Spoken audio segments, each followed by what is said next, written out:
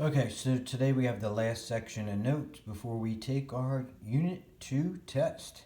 This is a 6.8 analyzing graphs of polynomial functions. What I'm expecting you to be able to do is analyze the graph of a polynomial function and use the graph of polynomial function to answer real life questions. Really, I'm looking for you to be able to graph these when you're doing it. All right, the first thing you have to figure out is that all these statements are the same. All right. When I ask you for the zeros of the function, it's asking you for the solutions. It's asking you for the roots. It's asking you for the x-intercepts, and then to factor it out. When you have it in factored form, you can find those fairly easily. All right. So we're going to use a combination of what we're going to get today, and then what we did a couple weeks or last 2 weeks ago with the end behavior. So we can't forget that end behavior stuff. All right, so if we look at example 1, this is what we're doing. We're going to use the x-intercepts. All right, and the x-intercepts are this. The x-intercepts are when y is equal to 0. So we would put a 0 in here. And all we'd have to do is set these equal to 0 and get our x-intercepts. Well, if we set this one, x plus 2 equals 0 and solve it, we subtract 2 and we get x equals negative 2. So that means that negative 2, it's going through the x-axis. Again, x-axis, y-axis. All right, so we got 1, 0 is that x equals negative 2. Then we have x minus 1 squared. Well, we'll talk about the square in a second, but the x minus 1, if we set that equal to 0 and add 1, we get x equals 1. So that means we have another intercept right there. Now, here's what you got to worry about is you got to worry about the squares. All right, what that square really means is that it turns at that point. All right, so that's like a turning point for this graph. It means it's going to come in and it's going to go out. It's going to turn right at that x-intercept. All right, and that happens when it's a square, or also when it's a fourth root too. It can do that too. All right, so any even ones, it does that. All right, so now we have these two. These are our intercepts. Now, our end behavior, well, we have to remember, we have to worry about the degree, and we also have to worry about the leading coefficient. Well, the highest x we're going to get out of this first one is just an x. The highest x we're going to get out of this one is an x squared. So we're going to have x squared times x, which is going to give us x to the third. So that means we're going to have a third degree polynomial. And our leading coefficient is right there. It's the 1/4, and that's positive. All right, so it's odd because it's third degree, and it's positive. So that's our positive friend. All right, and if we say positive infinity, he says positive infinity. So here it's going to go up. And if we say negative infinity, he says negative infinity. So here it's going to go down. Now, what's going to happen is it's going to travel through this point, and then it's going to turn halfway between here, and then it's going to come back down, and it's going to turn at that point, like we said. That's a turning point. All right?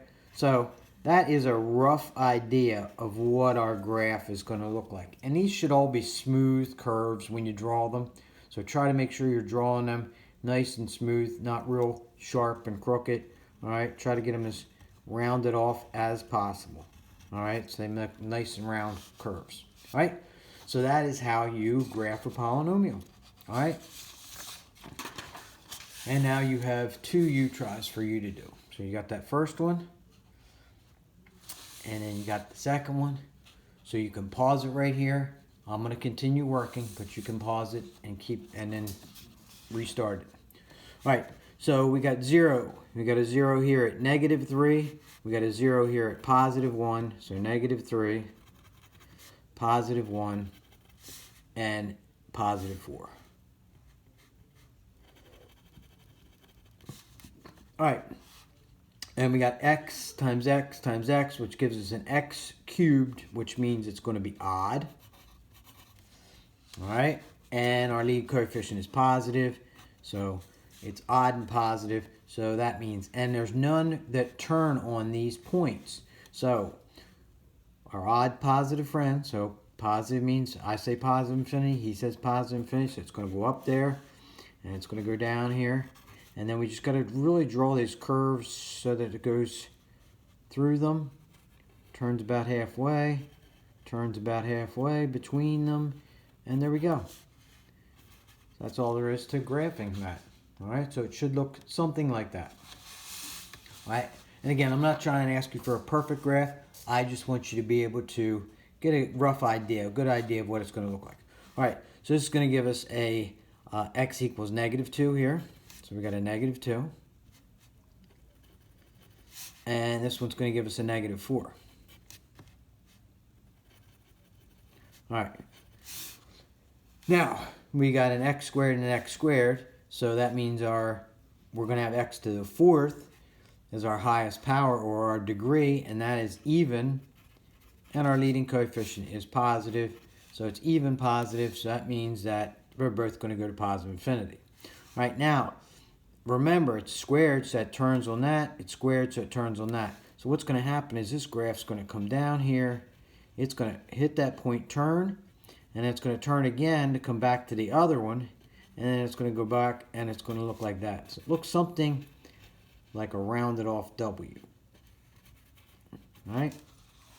And that's what your two U-tries look like. All right, so now we can talk about turning points.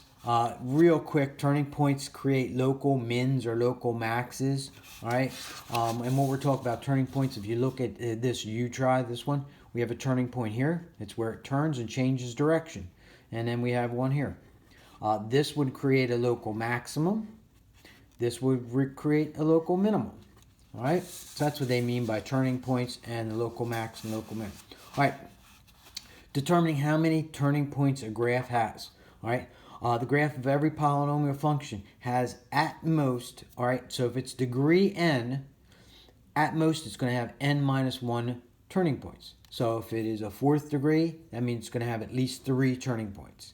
If it's a 5th degree, that means it's going to have at most, so it's 5th degree, it would have at most 4 turning points. All right. If a polynomial function has n distinct real zeros, all right, so if it has as many zeros as it does solutions, all right, so again, are n distinct, all right, so if the degree and the number of solutions is the same, then it will have exactly n minus 1 turning points. All right, so that's your turning points for that. All right, so finding the turning points, I'm not really worried about you being able to find the turning points. You're going to have to do that later on. The turning points could occur between the zeros of your function. So I'm not really worried about you finding these and determining where they are. I'm more interested in you being able to graph them. All right. So I'm not going to worry about example 2. So we're really not going to have to worry about the U-try. Again, I'm just worried about you being able to graph these. And then, you know, that's all that there really is on the test you're going to take. All right, so that does it for the 6.8 notes. All right, so what I want you to do is there's a worksheet on there. It's a 6.8 worksheet. And what you're going to do is there's 5 problems on there. There's 3 on the front and there's 2 on the back. I want you to do all 5 of those problems. And again, I'm not worried about you being accurate with your graph, but I am worried about you making sure you get the zeros and making sure your end behavior is correct.